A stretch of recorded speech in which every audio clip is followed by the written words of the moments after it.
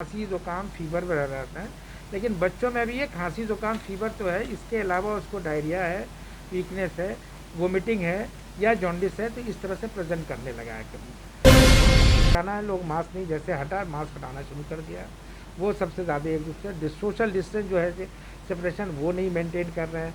खांसी जो है, खांसी जुकाम की जो प्रिवेंशन मेजर होता है वो नहीं कर रहे हैं, बीच में जा कर के हवा में खांसी भी कर देते हुए, तो इसकी वजह से जो है चांसेस होता है कि और लोगों को फैले। कि हैंड हाइजीन, हाथ धोना बहुत इम्पोर्टेंट। हैंड हाइजीन में अगर है कि सैनिटाइज़र यूज़ कर रहे हैं तो आप जो है ज़्यादा से ज़्यादा यूज़ करें, 20 सेकेंड्स के लिए हैंड कर सकते हैं। अगर सोप एंड वाटर यूज़ कर रहे हैं तो 40 सेकेंड्स के लिए आप करें। जिसमें खांस रहे हैं तो वो एल्बो से खांसें, रादर दैन कि आप जो है मुंह पे किसी के सामने और वो करें, थूके नहीं, ये बड़ी इंपॉर्टेंट चीज़ है। अगर ये सब रखते हैं तो चांसेस बहुत है कि ये डिजीज़ कम हो जाएगी। कोरोना की दूसरी लहर ने लाखों देशवासियों को निगल लिया और अब बात की जा रही है एक्सपर्ट्स के द्वारा तीसरी लहर की, और ये भी बताया जा रहा है कि तीसरी लहर बच्चों के लिए बहुत ही ज़्यादा खतरनाक होगी। इन्हीं सब मुद्दों पर चर्चा करने के लिए आज हमारे साथ जीएन मेडिकल कॉलेज के प्रोफेसर डॉक्टर मनाजिर हमारे साथ मौजूद हैं। उनसे चर्चा करेंगे इस सब के बारे में। डॉक्टर साहब, बहुत बहुत स्वागत है आपका हमारे चैनल में। Thank you very much Kailash ji. Doctor साहब, जिस तरीके से देखा जा रहा है कि पहली लहर आई, पहली के बाद दूसरी लहर आई, उसने जम के देश में उत्पात मचाया, हज़ारों लाखों जिंदगियां उसने ली। अब एक्सपर्ट्स के द्वारा बात की जा रही है तीसरी लहर की, तो क्या कहेंगे इस बारे में? देखिए, देखा गया था ये कि पहली लहर में बच्चों के भी हो रहा था, लेकिन बच्चे में एसिम्प्टोमेटिक थे, जिसमें ज़्यादा असर नहीं पड़ रहा था। उसके बाद ये देखा गया कि दूसरी लहर में जो है कुछ बच्चे के भी आने लगा और वो जो है सिम्प्टोमेटिक होने लगे, और उससे क्या हुआ कि पहली लेयर की वजह से वैक्सीनेशन होने लगा, तो वैक्सीनेशन की वजह से चांसेस है कि थोड़ा से डिजीज़ कम हुए और पब्लिक की अवेयरनेस आ गई। अब रही बात यह कि बच्चों की है, बच्चों में ज़्यादातर है कि ये एसिम्प्टोमेटिक डिजीज़ था, लेकिन अब जो देखा गया है कि 70% जो बच्चे हैं वो तो नॉर्मल रहते हैं, लेकिन 1 to 2% में सीरियस बच्चों में ही आने लगा। लेकिन उनकी जो लक्ष्य है वो ज़रा डिफरेंट होती है। लक्ष्य के यह डिफरेंट है कि बड़ों में जो है वो खांसी जुकाम फीवर में रहता है, लेकिन बच्चों में भी ये खांसी जुकाम फीवर तो है, इसके अलावा उसको डायरिया है, वीकनेस है, वोमिटिंग है या जॉन्डिस है, तो इस तरह से प्रेजेंट करने लगा है कभी। अब ये रही बात ये कि तीसरी लहर में क्या होगा और कैसे बढ़ेगा, ये प्रिडिक्ट हो रहा है कि तीसरी लहर में बच्चों में आने के ज़्यादा चांसेस है, लेकिन इसका अभी भी बहुत ही डिस्पैरिटी है। कुछ लोग जो है कह रहे हैं कि नहीं भी आ सकता, एक्सपर्ट का भी कहना है कि नहीं भी आ सकता है और प्रिडिक्शन पे है ये, लेकिन ये हम लोग जो है गवर्नमेंट ऑफ इंडिया जो है वेल प्रिपेयर्ड है, और इसके लिए इन्होंने इंस्ट्रक्शन दे रखा है गवर्नमेंट इंडिया ने, चाहे स्टेट लेवल पे, नेशनल लेवल पे, सारे के सारे मिनिस्ट्री ने, कि हर जगह प्रिपरेशन रहे इंटेंसिव केयर की, और इसलिए इंटेंसिव केयर हर मेडिकल कॉलेजेस में जो सपोर्ट से बन रहा है, और कोई हमारे यहाँ भी बनता है, हमारे यहाँ भी करने के है। वो हमारे यहाँ जो ज़्यादा वो जो है सेंट्रल यूनिवर्सिटी है, तो सेंट्रल यूनिवर्सिटी में भी उसी तरह से जो नॉर्म है वो बन रहा है इंटेंसिव केयर का। और इससे जो इंटेंसिव केयर में ज़्यादातर पहले जो है मुझे इंटेंसिव केयर रहते थे 6 से 8 बेड के यूजुअली कहा जाता था, वो इफेक्टिव मैक्सिमम अगर 20 से ज़्यादा है तो ज़रा इफिशिएंसी नहीं रहता है। पर इस बार ये देखा गया है कि मैंने 50 से 100 बेडेड की इंटेंसिव केयर यूनिट डेवलप कर रहे हैं हॉस्पिटल के अंदर, और ये वार फूड पे हो रहा है, और अभी भी बच्चे आ रहे हैं, ऐसी बात नहीं है, वो ट्रीट हो रहे हैं उसमें।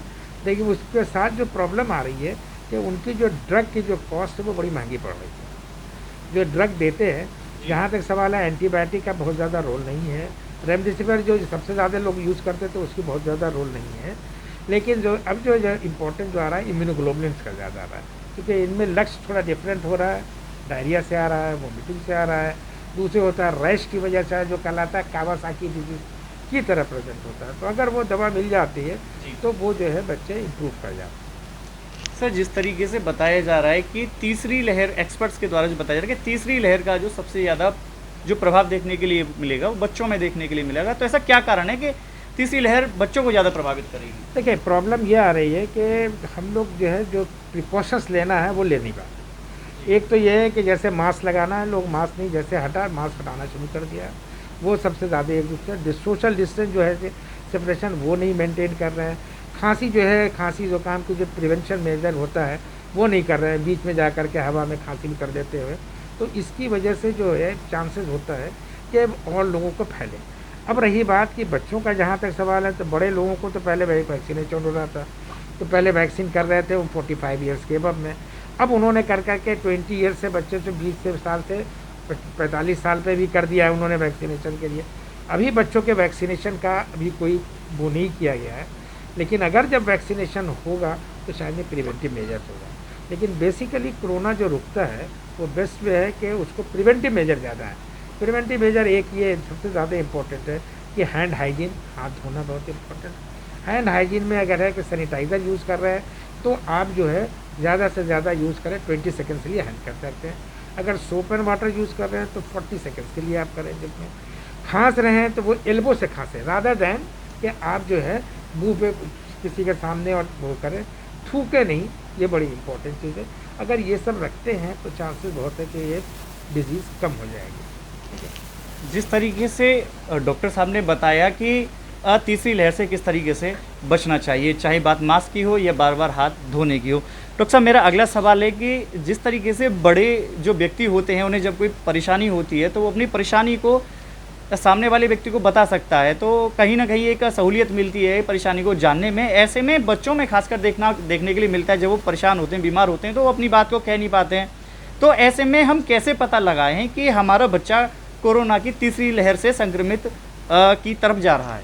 देखिए, आजकल कोरोना तो है, नो डाउट है, लेकिन अभी कंट्रोल काफ़ी हो गया है। इसमें होता यह है कि बच्चे जो प्रेजेंट करते हैं, अगर किसी बच्चे को फीवर परसिस्ट कर रहा है 4 दिन के बाद, बच्चा एकदम लिथार्जिक हो जा रहा है, एकदम गिरा जा रहा है, लार पुआर हो रहा है, बच्चे को वोमिटिंग हो रही है या वोमिटिंग या डायरिया हो रहा है, लूज मोशन हो रहा है, तो अगर ये लक्ष्य है तो आदमी और ये या खाल पे जो है रैश पैदा हो रहा है, तो ये हो सकता है कि कोरोना, तो इसके पूरे टेस्ट करा लेना चाहिए। और अगर टेस्ट में पॉजिटिव आता है तो कभी कभी क्या होता है कि अगर अर्ली स्टेज में आप उसको मैनेज कर लेते हैं तो बहुत अच्छा, बहुत माने आसानी से हो जाएगा। दूसरी यह है कि बचपन में बच्चों में क्यों होने के चांसेस बढ़ गए। एक तो यह है कि बड़े लोग तो मास्क लगा लेते हैं, बच्चों में मास्क लगाना बड़ा मुश्किल काम है।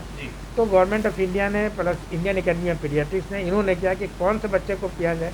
तो अमूमन जो किया जाता है कि 2 साल से कम के बच्चे को मास्क लगा करके रखना, वो जो है वो प्रॉब्लमेटिक है, उसको नहीं मास्क लगा सकते। तो 2 साल से कम के बच्चे को मास्क में।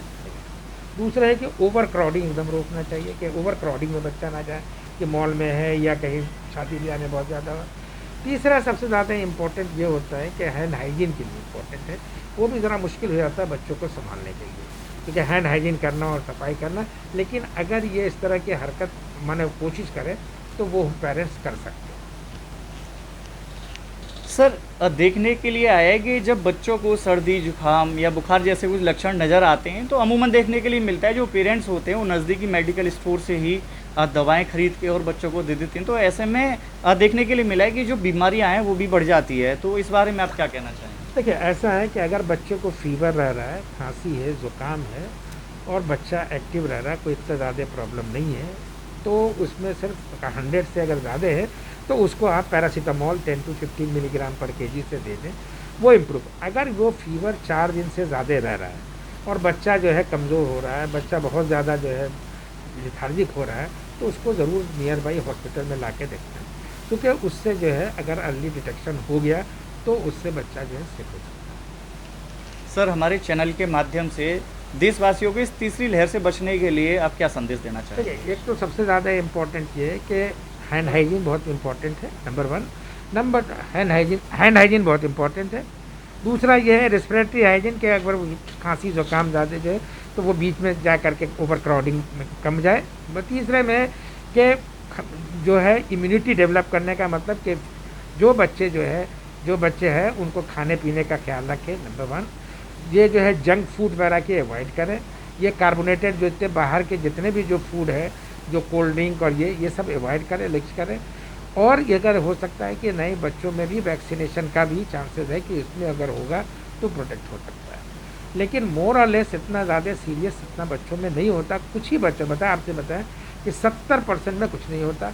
लेकिन वही बच्चे अगर उनमें हार्ट का प्रॉब्लम है, किडनी का प्रॉब्लम है, अगर उसको इम्यूनिटी का प्रॉब्लम है, तो उन बच्चों में प्रॉब्लम आ सकती है। उन बच्चों को ज़रा एक स्पेशल ख्याल रखें। अगर नियर बाई कोरोना हो रहा है कुछ प्रॉब्लम है, तो उस बच्चे को भी आप जो है वो सस्पेक्ट कर सकते हैं। और प्रिवेंट अगर अर्ली स्टेज में कर ले तो बच्चा रिकवर हो जाता है। लेकिन सबसे ज़्यादा जो प्रॉब्लम होती है कि ये अगर बच्चे अपने ग्रैंडफादर, ग्रैंड मदर, जितने लोगों से जा रहे हैं, तो ये अगर वायरस उनको स्प्रेड करेंगे तो वो ज़्यादा सीरियस है। चाहे बात दूसरी लहर की हो या बात तीसरी लहर की हो, बचाव लगभग दोनों के लिए समान ही है। बार बार हाथ धोना, चाहे बात हम मास्क की करें या फिर भीड़ भाड़ में जाने से बचें, यही सारी बातें डॉक्टर मनाजिर जी ने भी बताई हैं। तो सक्षम न्यूज़ इंडिया भी आप सभी दर्शकों से अपील करता है कि भीड़ भाड़ वाली जगह पर जाने से बचें, बार बार हाथ धोएं और मास्क का ज़रूर ध्यान रखें। तो जुड़े रहिए हमारे साथ। ये थे डॉक्टर मनाजिर जेएन मेडिकल कॉलेज से। तो बहुत जल्द मिलते हैं हम एक नई शख्सियत के साथ। आप देख रहे हैं सक्षम न्यूज़ इंडिया, सबसे पहले सबसे तेज।